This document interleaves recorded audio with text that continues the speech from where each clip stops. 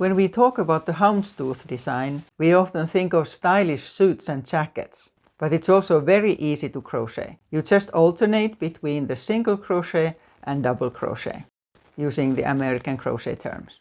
Clothes made in the houndstooth design are often black and white, but there are also many other colors, as you can see. But let's see how you crochet it. I decided to do this sample in the traditional black and white, although this is off-white. I rarely use black, so these were the only ones that were the same yarn. These are Aran weight, and I'm using a hook 4.5 millimeter. You can use any yarn and any weight, as long as your hook then goes with the yarn, but preferably the same yarn and certainly the same weight of yarn. And the pattern shows well when the colors are clearly different from each other. So first make a slip knot and chain any even number of stitches for a sample. You often hear people say that you would do an odd number, but I prefer that the first and the last stitch of every row is the same, so that's why I do it. And an even number gives you that. I'll do 20. Here, and we start in the second stitch from the hook and a single crochet there. And then a double crochet in the next stitch.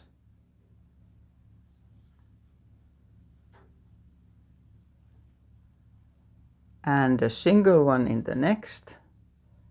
And this is what we repeat. Every other stitch is double crochet and every other is single crochet. And go to the end of the row like this. It doesn't look like anything at the moment, so don't worry about that. Coming to the end of the row now. So this one is still a double crochet and the last one single crochet. And then what you need to do is to cut the yarn.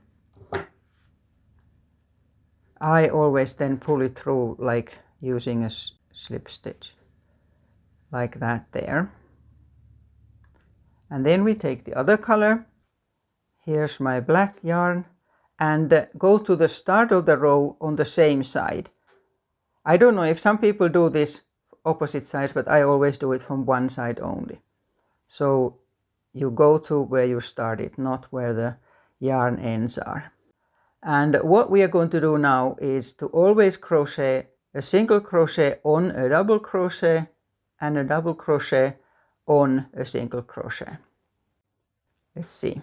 The first one is a single crochet, so attach the yarn there. And here now, because this is a single crochet, we need a double crochet.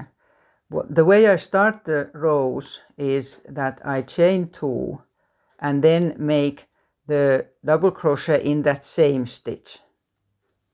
So those two, that there counts as one stitch. And then the next one is a double crochet, so we make a single crochet on top of it. And then next one is a single crochet, so we make a double crochet and then again chain a single crochet, a double crochet.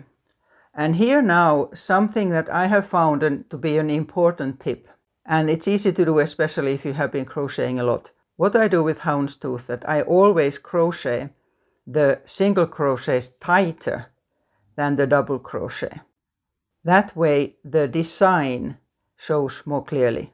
Not incredibly tight so that you wouldn't be able to get your hook into it in the next row, but tighter than how you crochet the double crochet. And so this one is a double crochet, and for that I make it loose-ish. And then a tight single crochet. And that same again. So this sort of fairly loose. But if you are very new to crochet, I wouldn't try this tightening, because then it might be hard to keep the same tightness for each of the stitches right through. But if you are well used to crocheting, it works. So go like this until the end. And again, we don't see much yet, so don't worry. Nearly at the end now, and a double crochet is the last stitch, like it was in the beginning as well. And then cut. Oh, I cut a bit short, but anyway. There, finish it off. And then again we go to the start on the same side and take the white, and here's our double crochet, and we go on top of that, and here I start in a similar way, so that I chain one and then a single crochet in the same stitch.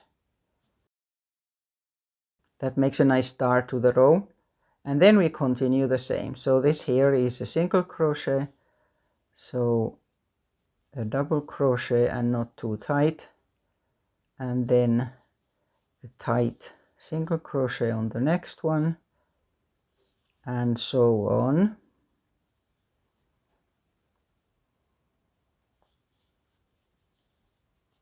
So now we're starting to see the design a bit. So you continue exactly like this. There's nothing else to it, so that's why I said it's so easy. So I'll make a few more rows now, and then we'll see what that looks like in the black and white. Here I have a number of rows more, and now the design shows very well. Now you of course get lots of yarn ends because you cut the yarn after every row. With these stitches I would not suggest that you would crochet them inside as you go, because then easily this starts flaring out because it gets too thick. What you can do is either weave them in the normal way or crochet them inside. I'm not going to do it now, but crochet a border, single crochets over them so that they stay tightly inside the stitches.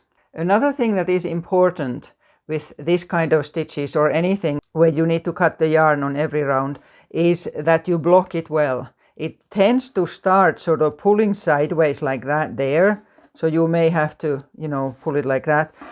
And then also if this end with all the yarn ends seems to not to be even, so it's very important that after you have finished off the yarn ends that you block it properly, preferably wetting it through or at least spraying it with water, and then set it, because that sort of evens it out. So if you haven't tried this stitch before, definitely give it a go. It is such an easy and fast stitch, and find a project that you would like to use it for. Until next time.